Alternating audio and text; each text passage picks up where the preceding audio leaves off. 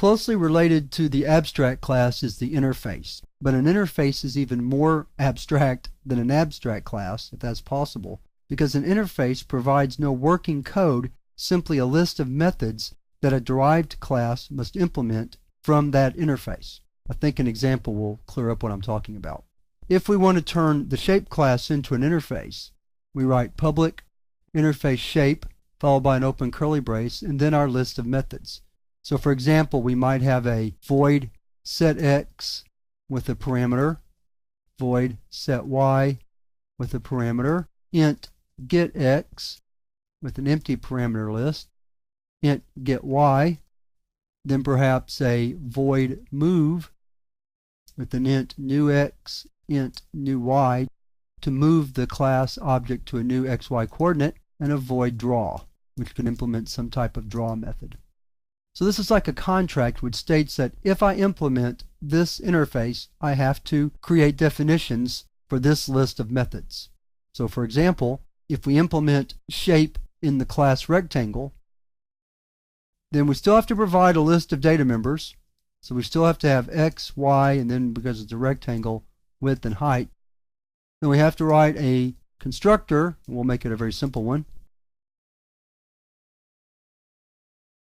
So here we're simply assigning the parameter values to the data member, and then height equals new h.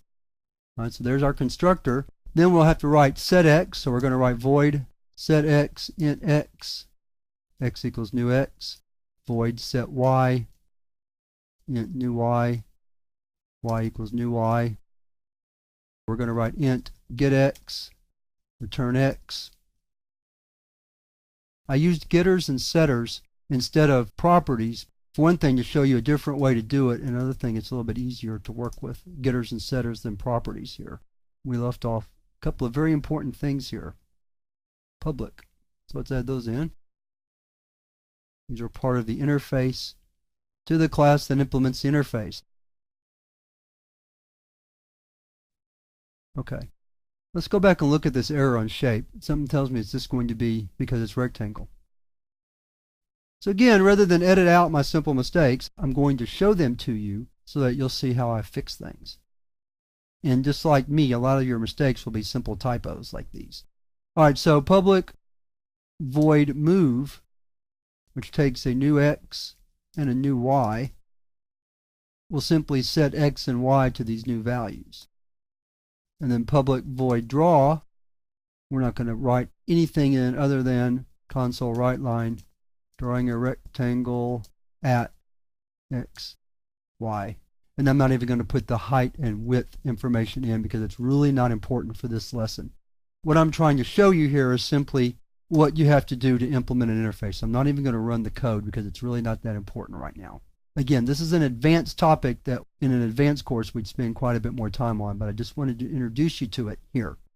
Now, watch what happens if we don't implement all of the methods that are part of the interface. So we're going to take out draw.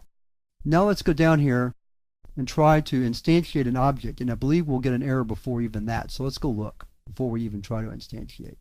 It may take it until we instantiate for Visual Studio to pick up the error. So let's try this. Rectangle R1 equals new rectangle 10, 20, height of 15. Here we go. There's the error. So let's read the error. It should come back up, and it may not. It may be up here.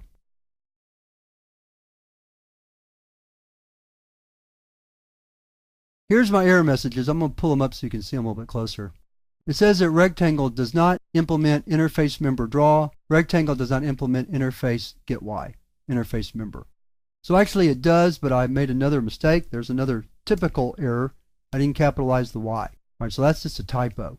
But not implementing draw is a mistake. Now it's telling us getY, but if we ran this again and got an error, this time it's going to just tell us it's draw. So come back here and look. It says that rectangle does not implement interface member draw. So that's about all we can talk about in this lesson on interfaces. And again, an interface is just a contract that states if I implement this interface, I must create these methods and provide a definition for them. And it's just one more level of abstraction you can use in object-oriented programming.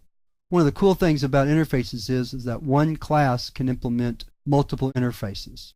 So let's finish up this lesson now, and let's move to the exercise for this chapter, where we work again with polymorphism and demonstrate how that works by creating a collection of objects and iterating through the collection.